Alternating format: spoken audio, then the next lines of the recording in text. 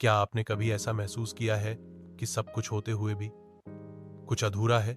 अच्छी नौकरी, आरामदायक घर, वीकेंड ट्रिप्स, रेस्तरां, दोस्तों की हंसी, फिर भी एक खालीपन जो रात को बिस्तर पर लेटते ही सवाल बनकर आंखों में उतर आता है। क्या मैं वाकई जी रहा हूं या बस निभा रहा हूं?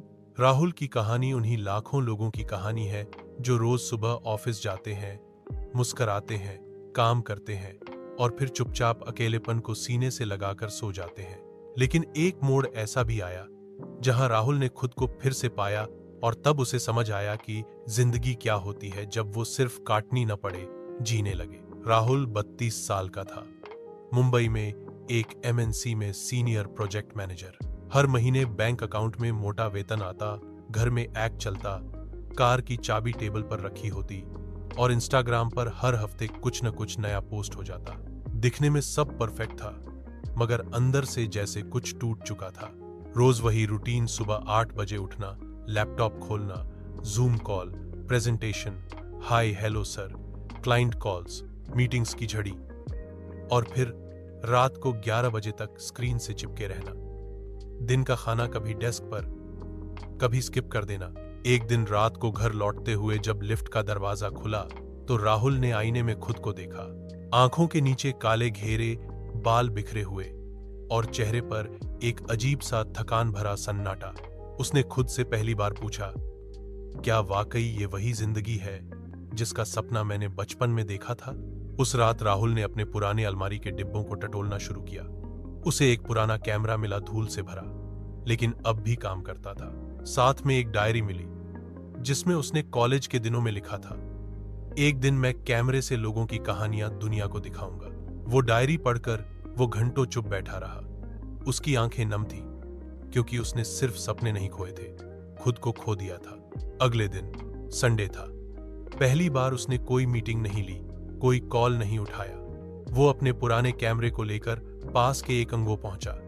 वहां जाकर कहा, मैं बच्चों को फोटोग्राफी सिखा सकता हूं, अगर आप चाहें तो। वहां के वॉलंटियर पहले थोड़ा चौंके, फिर हंसकर बोले, बिल्कुल, बच्चे तो किसी को देखकर कैमरा छीन ही लेते हैं। राहुल ने जब पहली बार बच्चों को कैमरे की बेसिक बातें सिखाईं तो उसकी खुद की सांसें खुलने लगीं।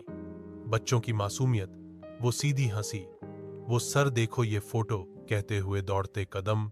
उस दिन राहुल ने पहली बार महसूस किया, वक्त बहुत धीमा चल रहा है लेकिन दिल बहुत तेज धड़क रहा है। अब हर रविवार राहुल ऑफिस छोड़कर अपने बच्चों के पास होता। हर बच्चे के पास एक पुराना फोन या कैमरा होता, लेकिन जोश किसी डीएसएलआर से कम नहीं था। राहुल उन्हें बताता, फोटो खींचने से ज्यादा जरूरी है देखने का तरीका। बच्चे उसकी बातों को न सिर्फ सुनते बल्कि समझते। धीरे धीरे राहुल ने एक छोटा सा प्रोजेक्ट शुरू किया, आंखें, जहां वो बच्चों की खींची तस्वीरों की एग्जीबिशन लगाता, उन्हें ऑनलाइन बेचने लगा और पूरी कमाई बच्चों की शिक्षा में लगाता।